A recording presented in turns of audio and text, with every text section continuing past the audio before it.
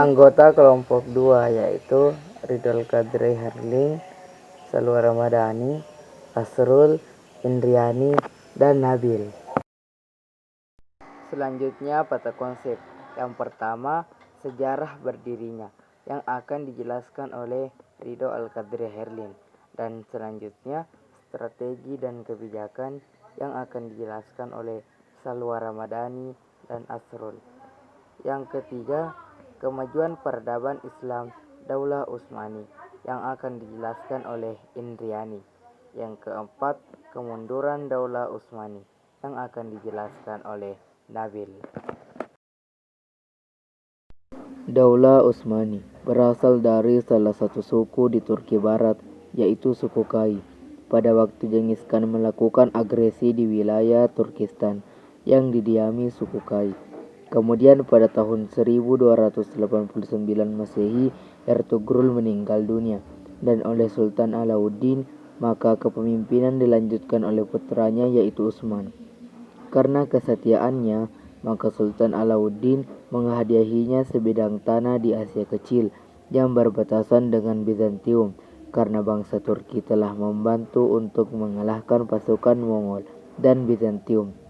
Pada tahun 1300 Masehi, bangsa Mongol menyerang kerajaan Saljuk dan Sultan Alauddin terbunuh. Kerajaan Saljuk pun terpecah-pecah dalam beberapa kerajaan kecil. Lalu Utsman menyatakan kemerdekaan dan berkuasa penuh atas daerah yang didudukinya.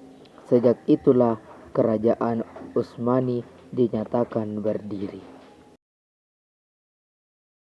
Utsman atau Utsman I 1299 sampai 1324 Masehi atau 699 sampai dengan 725 Hijriah.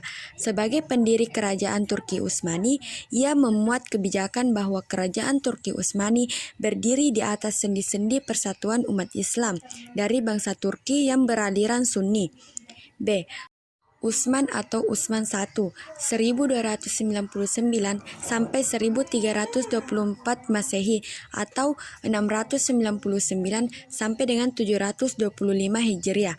Sebagai pendiri kerajaan Turki Utsmani, ia memuat kebijakan bahwa kerajaan Turki Utsmani berdiri di atas sendi-sendi persatuan umat Islam dari bangsa Turki yang beraliran Sunni. B. Ia juga memuat tentara khusus dengan nama Inkisyariah atau Jenisari atau Yani Tashrik. Sultan Murad I 761 sampai 791 Hijriah atau 1360 sampai 1388 Masehi. Murad I berhasil meluaskan wilayahnya di Asia Kecil dan Eropa dalam waktu bersamaan. Ia menaklukkan Adrianople, Edirne, dan kemudian dijadikan sebagai ibu kota kerajaan yang baru, serta membentuk pasukan berkuasa di kavaleri. D. Sultan Bazaid 791 sampai 805 Hijriah atau 1389 sampai 1402 Masehi. Dia sangat memperhatikan masalah-masalah kemiliteran, mengarahkan perluasan wilayah ke negara-negara Kristen Anatolia hanya dalam jangka waktu setahun. Negeri-negeri itu berada dalam kekuasaan Daulah Utsmani. Kemajuan Daulat Utsmani. 1. Daulat Utsmani berhasil menaklukkan Konstantinopel. 2. Berhasil mengalahkan Byzantium dalam peperangan. 3. Turki Utsmani berhasil menguasai lembah Sungai Nil di Mesir dan lembah Sungai Fur Gibraltar. 4. Di masa ini, ajaran Islam berkembang pesat. 5. Kebudayaan, perdagangan, pendidikan sangat maju.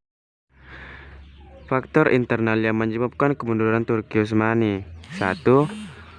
Pengganti Sultan Sulaiman tidak ada lagi yang cakap dalam mengendalikan sistem pemerintahan.